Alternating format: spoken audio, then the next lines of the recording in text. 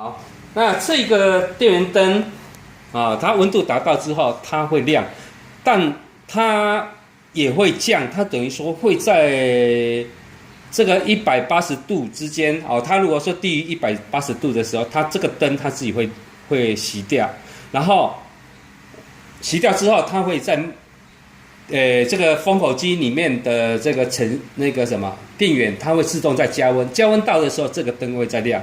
然后好，这个是它的状况啊。那我们先讲一下这个，当我们封口的时候，一定要记住，推进去就推进去，不要推进去又拿出来，这很危险。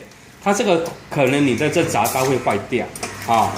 好，因为我们里面没有放杯子，所以它风掉到下面来。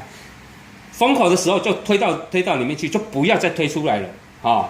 要记住这个，因为它这个里面是闸刀，所以如果不小心那个手会被砸断啊，这个安全性一定要特别注意啊。推进去不要再拿出来啊。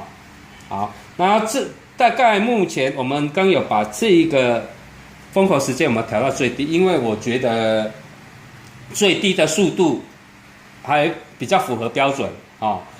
那除非是说你的那个像这个膜啊，这个膜你如果之前有撕开过啊，像这个都已经有粘死了，有撕开过，你要第二次封的时候，你这个层就要调高，这个封膜的时间你可能就要调高哈。那一般状况下，我们通常是到最低啊。